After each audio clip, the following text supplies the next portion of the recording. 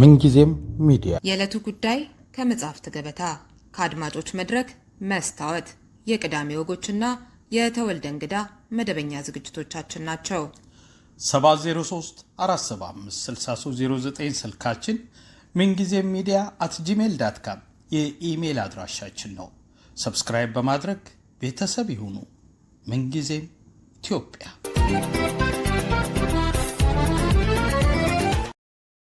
ሰላም ጤና ይስጥልኝ። ሳምንታዊው ከመጽሐፍት ገበታ ዝግጅታችን ጀምሯል። ለዛሬ ለትውስታ በተለያዩ ጊዜያት እንግዳዬ ከነበሩ ገጣሚዎች መካከል ሁለቱ ስለ ኢትዮጵያና ኢትዮጵያዊነት የተናገሩትን አስደምጣችኋለሁ።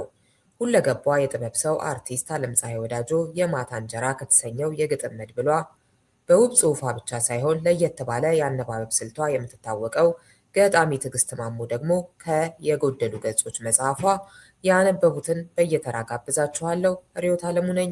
መልካም ጊዜ። የኢትዮጵያ ጥሪ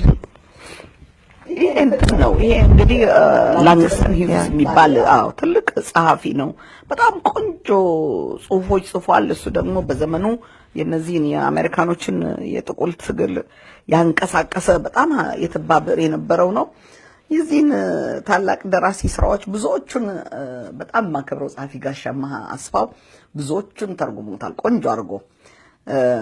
የኢትዮጵያ ጥሪንም ተርጉሞታል እሱ በመሰለው መልኩ። እኔ ደግሞ በራሴ በኩል ነው የመሰለኝን የተረጎምኩት።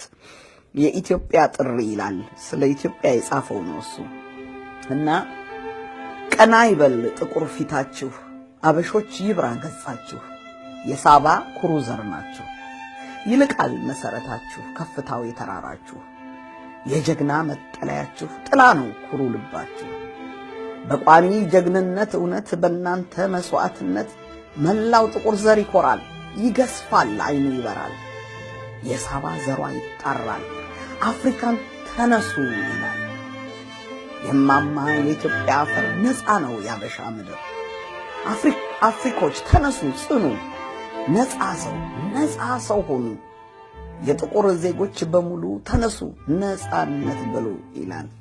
1935 ነው እሱ የጻፈው። በእነሱ ዘ ኮል ኦፍ ኢትዮጵያ ብሎ ነው የጻፈው።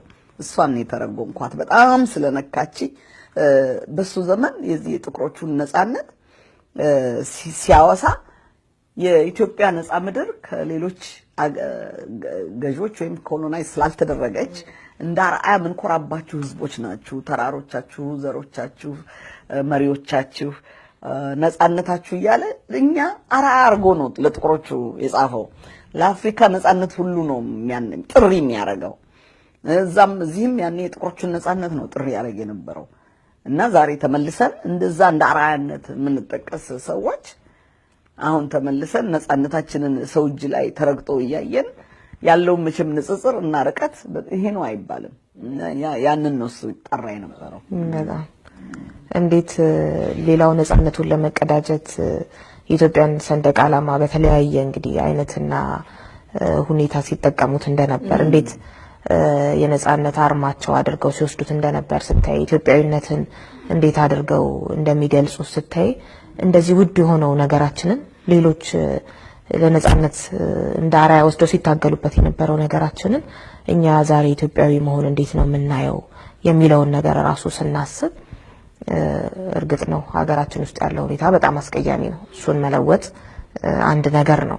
ግን ኢትዮጵያዊነትን አይደለም፣ ኢትዮጵያዊነት ይሄ ነው ሌሎችን እንኳን እንደዚህ የሚያስመካ ነገር ነው። ሌሎች አፍሪካውያንን፣ ጥቁር አሜሪካውያን እንደዚህ የሚያስመካ ነገር ነውና ይሄንን ትልቅ ነገር እኛ ግን እንዴት እያየ ነው እንደሆነ ስታይ በጣም ይሄ ግጥም ብዙ ነገር ያሳስባልና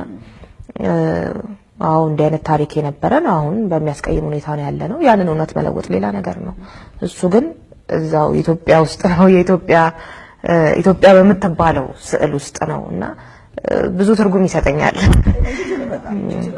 በዛን ዘመን እንደነ ዶክተር መላኩ በያን እንደዚህ አይነት የመጀመሪያ ከኢትዮጵያ መጥተው እዚህ ትልልቅ ዩኒቨርሲቲ የነበሩ ሰዎች በመሰረቱ ይህንን ሀገር የነበረውን የጥቁር እንቅስቃሴ አብረው ይመሩ የነበሩ ሰዎች ናቸው።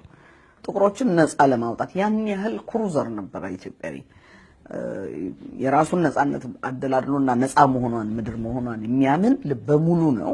እዚህም መጥቶ በጥቁር እንቅስቃሴ ውስጥ ገብቶ ትልቅ ሚና የተጫወቱ ናቸው የጥቁሮችን ታሪክ ስናያቸው እና ያኔ ነው እነዚህ ጽሁፎች የወጡት። እንግዲህ ከ70-80 ዓመት በፊት ቀደም ሲል እንዳልኩት ጥቁሮቹ በሚገረፉበት በሚሞቱበት ዘመን በእናንተ አርአያነት ነው ይሄ እናንተ ነው ኩሩ እያለ የሚጽፈውና ነፃ ሆኖ አፍሪካም ነፃ ትሁን መላው ጥቁር ዘር ነው የሚኮራው የሚለው ልክ እንዳልሽው በእኛ በነፃ የምናውለበልባት ሰንደቅ ዓላማችን በነፃነት የምትኖር ምድራችንን አሳፍረን አስከብረን የነበርንበትን ምድር ነው እና ይሄ ትክክል ነሽ ለማለት ነው። ይድረስ ለወንድሜ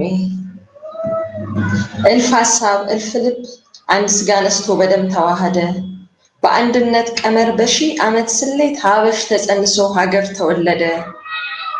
ከየት ነሽ አትበለኝ ከየት ነሽ ጥያቄ ፌዝ ይሆንብኛል ሰምቼ ማላውቀው አዲስ አይነት ቋንቋ ቅዠት ይመስለኛል። እናትህ ከምስራቅ አባትህ ከደቡብ አያትህ ከሰሜን ክፋይ ከምዕራብ መሆኑን ታውቃለህ ይሄው ነው እውነቱ የማንም አይደለን ኢትዮጵያዊ መባል የሀበሽ ልኬቱ። ምስራቅ መጠሪያ ነው ሰሜን ማለትም ያው ደቡብም ምዕራብም ከስያሜ በላይ ፍቺ የለውም ለኔ ከሁሉም ይልቃል ከምንም ይገዝፋል ሀበሻ መሆኔ። ዮሐንስ በድፍረት ባጥንቱ ያጠራት አሉላ ለፍቅሯ ህይወት የሸለማት ምስራቁ ደቡቡ ሰሜኑ ምዕራቡ ሀገሬው በአንድ ልብ ደም የገበረላት ዘር ይሉት ቆጠራ ብሔር ይሉት ቋንቋ የማይከፋፍላት የማይበታትናት የጣይቱ ስስት ኢትዮጵያ እኮ አንድ ናት።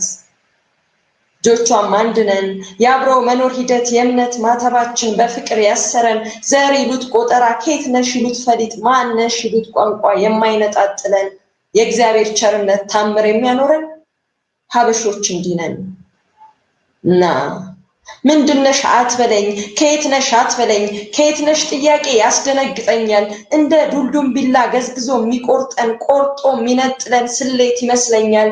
ይቅር አትጠይቀኝ ያንቀጠቅጠኛል ያንገበግበኛል ገዝግዞ የሚቆርጠን ለሩቅ የታለመ ስሌት ይመስለኛል። አስተውለው ደሜን የለንም ልዩነት ተመልከት መልክህን የለንም ርቀት በዓሉ መላምት በዘር ምዘት ምጥቀት ከእልፍ አጥንት ላይ አንዲቷን ብትመዘው ያው ባዶነት ነው ከሜዳ የሚሰጣ ሚዛን የሚያገዝፈው። በማይጨው ባዶዋ አጥንቱን ከስክሶ ታሪክን የጻፈው አያትህ አያቴ ምዕራብም ደቡብም ምስራቅም ሰሜን ነው። ይልቅ ከዘር መቁጠር ገኖ በውስጤ የሚገዝፍ ሚዛን የሚደፋ አንድነታችን ነው በፍቅር ጥበብ ክር ልቤን የሚሰፋ እና እባክህ ወንድሜ ከየት ነሽ አትበለኝ ከየት ነሽ ጥያቄ የፌዝ ይመስለኛል። ውስጤን በስጋት ጦር ልቤን በትካዜ ይተለትለኛል ቋንቋው ረዥም ነው ዘላለም ያመኛል። እምዬ ምኒልክ በጥበብ በእምነት ጠብቀው ያኖራት አባት አጠካሳ ለገዘፈው ፍቅሩ ህይወት የሸለማት አረንጓዴ ቢጫ ቀይ አርማ ያቆማት ዘር ይሉት ቆጠራ ብሔር ይሉት ቋንቋ የማይከፋፍላት የማይበታትናት ሀገር ኢትዮጵያ እኮ አንድ ናት። አንተም የሷ ክፋይ እኔም የሷ አፈር የአንድ እናት ልጆች ነን። ምንድነው ከየት ነሽ ምንድነው ዘር መቁጠር ይሰላም ብትለኝ ደምህና ደሜ ከአንድ ነው ምንጩ በአንድ ነው የሚቋጠር የለህም ሌላ ስም የለኝም ሌላ ስም ከሀበሻ በቀር ይላል። በተለይ ይሄ ምንድነሽ አትበለኝ ከየት ነሽ አትበለኝ ከየት ነሽ ጥያቄ ያስደነግጠኛል እንደ ዱልዱም ቢላ ገዝግዞ የሚቆርጠን ቆርጦ የሚነጥረን ስሌት ይመስለኛል። ይቅር አትጠይቀኝ ያንቀጠቅጠኛል ያንገበግበኛል ትያለሽና ይሄንን እንግዲህ ልክ በማንነት እንደማፈር አድርገው የሚገልጹ በተለይ ደግሞ ከብሔርተኝነት ጋር የተያያዙ በርካታ ሰዎች ያጋጥሙሻል ብዬ አስባለሁ። ያው እኛም የሚያጋጥመን ስለሆነና እንዴት ታየዋለሽ? እንደዚሁ ከየትም ነኝ ከዚህም ነኝ ሳይሉ ራሱን መድቦ በኢትዮጵያዊነት ብቻ መግለጽ እየተሰጠ ያለውን በተለይ ደግሞ ከዘውግ ብሔርተኝነት ጋር በተያያዘ ትንተና እንዴት ትመለከቻለሽ? እንግዲህ ነገሩ ቀላል ነው ብዬ አላስብም የምናወራውን ያህል ምክንያቱም በጣም ለረጅም ዓመታት የተጋት ነው መርዝ ነውና ቀስ እያለ ነው ከሰውነታችን ውስጥ ሊወጣ የሚችለው ምንም እውነት ቢሆን ሁላችንም ብናምንበት ብዬ ነው የማምነው። እኔ እንግዲህ ይሄ የዘር እና የብሔር ነገር ገና መጀመሪያ ሁላችንም ውስጥ እንዲገባ ሲደረግና ቴክኒክና ታክቲክ ለዋለው እኔ ሲጠቀሙ ሰዎቹ በጣም ይከነከነኝ ነበር እንደማንኛውም ኢትዮጵያዊ ማለት ነው። ምክንያቱም እስከዛሬ ድረስ የቆምነው በትክክል አንድ ስለሆንን ነው። እኔ ማለት አስታውሰዋለሁ ምንድነው ብሄርሽ ማንነሽ ምንድነሽ ከየት ነው የመጣሽው የሚባለው ወሬ ራሱ ቋንቋው መቼ እንደመጣት እዚህ ይለኛል። ከዛ በፊት እንደ አይነት ነገሮች ማንንም ሰው ላይ አንሰማው። ኢትዮጵያ የሚባል አንድ ነገር ነው የምናውቀው የነበረውና የልጅነት ጊዜያችንን ወጣትነት ጊዜያችንን ይሄን መልስ በግድ ተግተናልና በጣም ቆም ብለን ማስተዋል ካልቻለን ብዙዎቻችን ወደን አይደለም ይሄ እኔ የሚለውን ነገር እያገነን ነው የመጣ ነው ብዬ አስባለሁ። እኔ ደግሞ የምችለው ነገር መጻፍ ስለነበረ ጻፍኩት። መቼም መንገድ ላይ ቆመሽ አንድነት ነው የሚሻለን ምናምን ብለሽ እንዳበደ ሰው አትጮሂም በሰላም ሀገርና ጻፍኩት። ስጽፈው ደግሞ አነበዋለሁ፣ ብዙ ሰው ይሰማዋል፣ መጽሐፉንም ብዙ ሰው ያነበዋል። ቢያንስ በዚህ መልኩ የበኩሌን አንድ ጠብታ ነገር ላዋጣ ብዬ ፊልም ማረጋውን ነገር ጽፌያለሁ። ሁሉ በብዛት ግን ብዙ ኢትዮጵያውያን ይሄንን ነገር ፊል እንደሚያደርጉ ታውቃለሁ፣ እርግጠኛ ነኝ። ሊውነቱን የግጥም አረኩት፣ ሌላው ሰው በቁጭት ሊያወራው ይችላል። እንደዛ ነው ማስበው።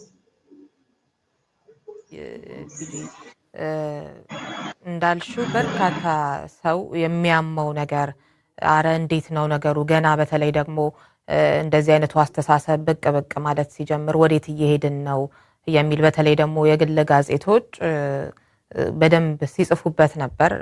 ያው በተለይ ከአገዛዙ በኩል ጆሮ ባለማግኘታቸው የሆነው ሁሉ ሆነና ገና አይ ይሄ እኮ ችግር የለውም በፊት ይባል የነበረው እኔ እኮ እንደዚህ ከዚህ ብሄር ነኝ ብዬ ኢትዮጵያዊ ነኝ ብል ችግር የለውም። ልክ ነው፣ ችግር የለውም።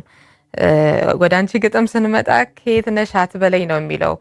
ሲጀመር ራሱ ምንድነው ምን ተፈልጎ ነው ገና ይሄ ከየት ነሽ አይነት ጥያቄ የመጣውና ስሌት ይመስለኛል ብለሽ ነው የምትገልጪው። እውነትም ስሌት ሆኖ አሁን ላይ ገዝግዞ የሚጥለን የሚቆርጠን ቆርጦ የሚነጥለን እንዳልሹ ሰዎች የሚሞቱበት የሚሰደዱበት እየገዘገዘን ያለ ትልቅ ችግር ሆነ። በዚህ የግጥም መጽሐፍሽ ብቻ አይደለም ከዚህ በፊትም በነበሩ ስራዎችሽ እንደዚሁ አንድነትን የሚያቀነቅን ኢትዮጵያዊነትን የሚያጎላ ብዙ ስራዎች አሉሽ። ይሄ ራሱ ከ3 ዓመት በፊት የተጻፈ ነው። ከ2000 ላይ ቀደም የጠቀስነው ቁጭትም ላይ እንደዚሁ ከዛ በፊትም የነበሩ ስራዎችሽ ላይ ያሉና አሁን በመንግስት ደረጃ ኢትዮጵያዊነት እየተቀነቀነ ያለበት ጊዜ ነው። አንቺ ግን ችግር በሚፈጥርበት ጊዜ ራሱ እነዚህ ነገሮች ጽፊ ነበርና በዚህ አጋጣሚ እንደ አንዲት ኢትዮጵያዊት ላመሰግንሽ ፈልጋለሁ። ምንጊዜም ሚዲያ የዕለቱ ጉዳይ ከመጽሐፍት ገበታ ከአድማጮች መድረክ መስታወት የቅዳሜ ወጎችና የተወልደ እንግዳ መደበኛ ዝግጅቶቻችን ናቸው። 703 475 6309 ስልካችን፣ ምንጊዜም ሚዲያ @gmail.com የኢሜል አድራሻችን ነው። ሰብስክራይብ በማድረግ ቤተሰብ ይሁኑ። ምንጊዜም ኢትዮጵያ